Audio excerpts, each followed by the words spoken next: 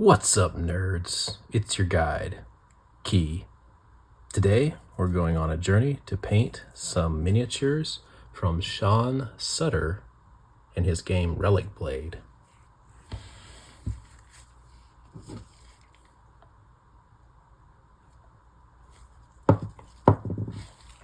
So I had the opportunity at Adepticon to pick these up and speak to Sean for a few minutes at the till.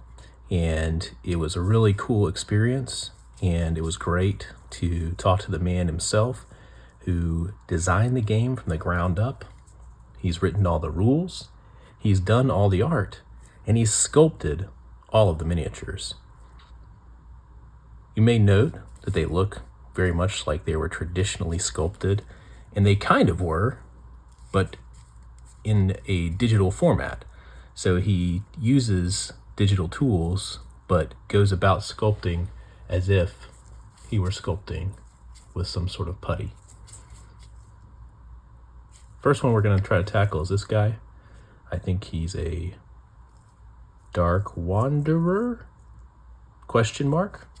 I will correct myself later if I'm wrong. And I'm going to try something I don't usually do, which is paint with really chromatic shadows, and do something a little different with these miniatures. For this fellow, I think I'm going to take some purples and use those as the main shadows, and then use green as the highlight color, with some neutrals mixed in there as necessary. So the work I've already put into these guys is, this is a metal model actually. These are resin. And with the metal fellow, I had to get a file and knock down some mold lines. I put a little texture paste on the base after setting him in there. And then I have done a black spray primer with a white spray primer zenithal. Another thing I don't do all the time is use a big brush. And here I've got Monument Hobbies Pro Synthetic number 6, which I do use sometimes. You can tell because the tip is kind of beat up a little bit. But I'm trying to take a page from Sam Lenz's playbook and use a huge brush when possible. Here we've got the AK's King Purple. I really like the AK 3rd Gen line. This is one of their super saturated colors. It's a very dark, rich purple.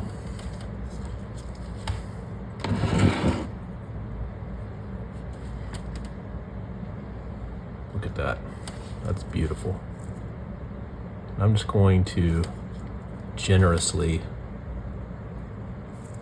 lather this in anywhere I can see the shade.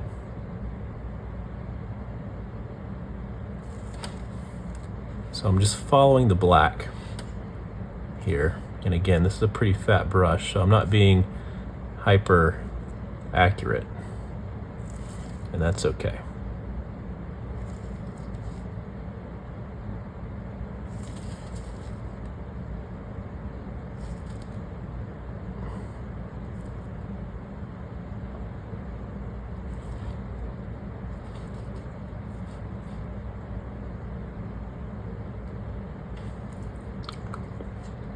Trying to fix a little mistake there. That's okay.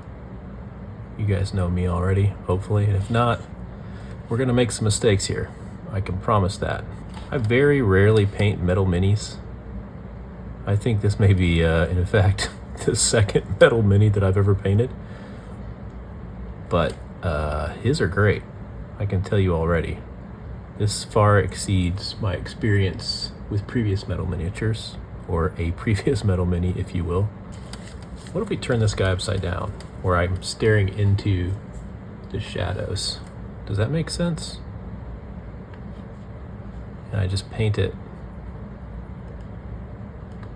from the shadows down. Maybe.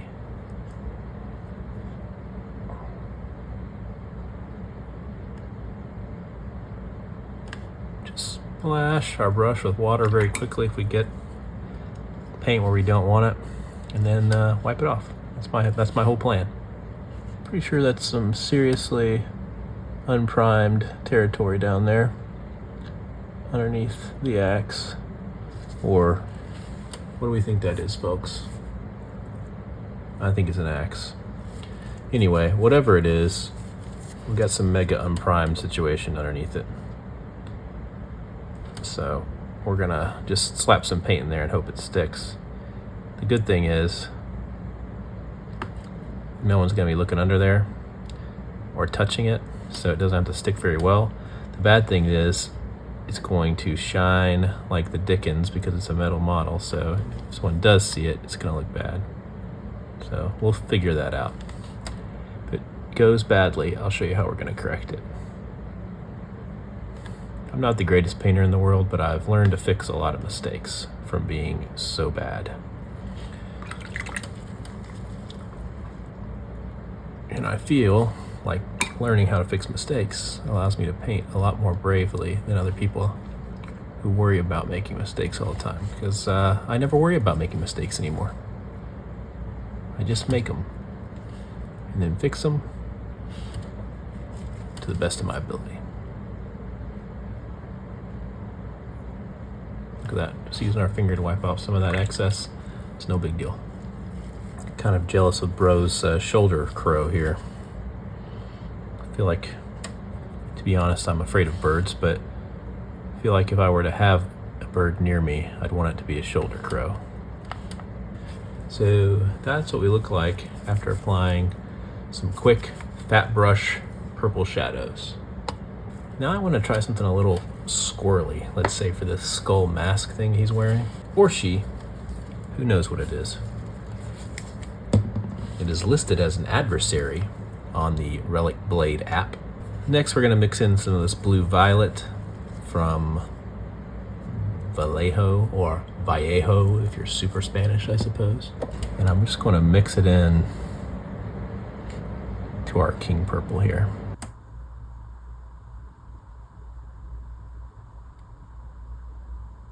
Hopefully you guys are able to see most of this.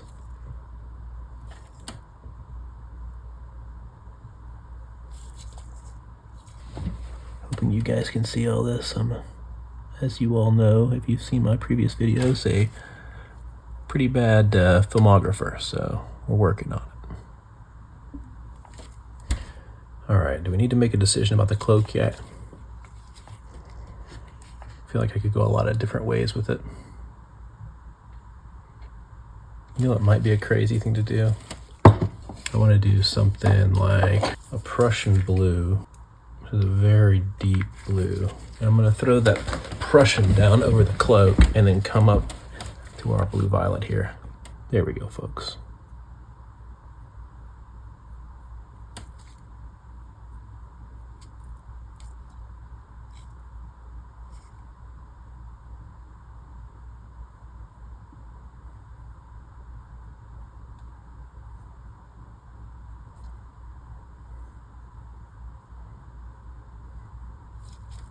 First pass of that blue looks pretty good. We're going to do a second coat as soon as it finishes drying.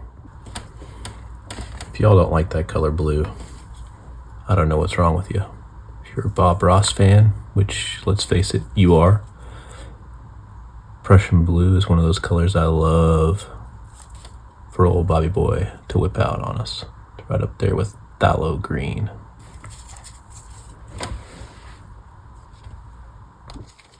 What I want to start doing is just exploring with this blue violet and see what it looks like to start bringing up some of these colors. I'm going to mix a little bit of our Prussian blue into it. What a beautiful blue color that is. Bring it a little into the violet range though. There we go. That's what we're talking about.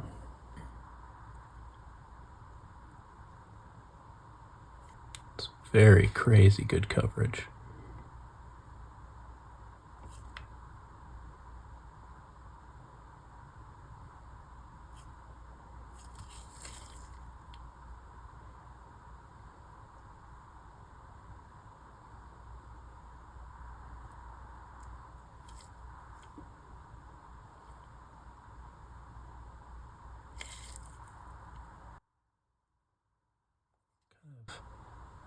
we're kind of doing a little scritchy scratchy here to try to imitate some texture, just for a little visual interest. And because I do want some of that blue to survive, honestly. The Prussian blue, I think, it's just such a pretty color. I hate to lose it all.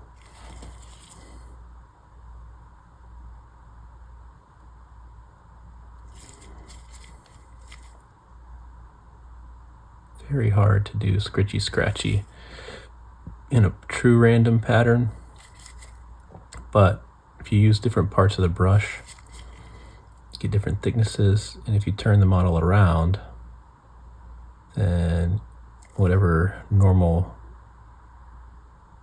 scritchy scratchy pattern your hand makes will get a little bit distorted, which will help sell it. Something that's nice about this brush tip, by the way, is that it's so long and flexible that it just kind of allows me to be really wild with it. Now, I have kind of a crazy plan for the rest of the robes here. I think I'm going to hit those with a mix of our blue violet and ice yellow. For the record, yellow and purple are complementary colors, or opposites on the color wheel, so this is going to desaturate them quite a bit, but they're both super potent colors already, so I kind of don't care about the desaturation. Hopefully you all can see that. There we go.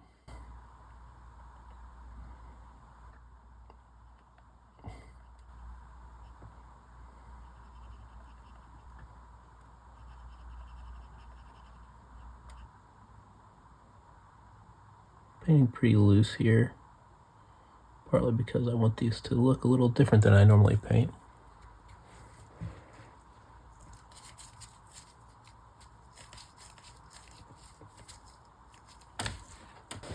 Very wild.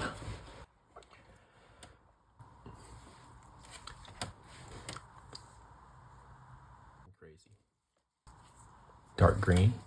It's another very vibrant color. What if that's the base color for the skull?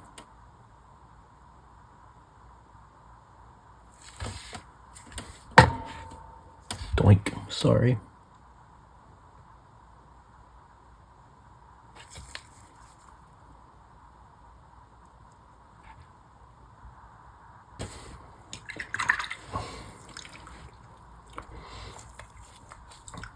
So now I want to bring in an actual bone color. Pro Acryl's bone and other things. Boink. Always boink your paints, folks. Well, maybe not like I said it, but whatever. Here's a little minty green.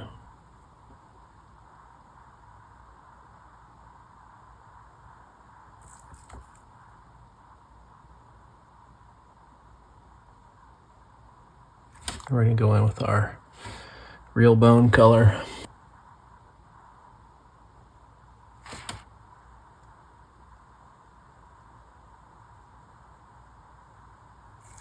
Kind of overbrushing a little bit as far as the actual application of the paint.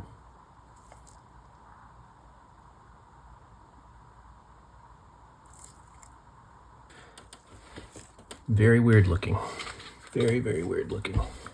But we're getting there. Last bit, we're going to take some of our bone and we're going to take some of our ice yellow, which is a great highlight color. And we're just going to go in and go a little harder. Weird bony face.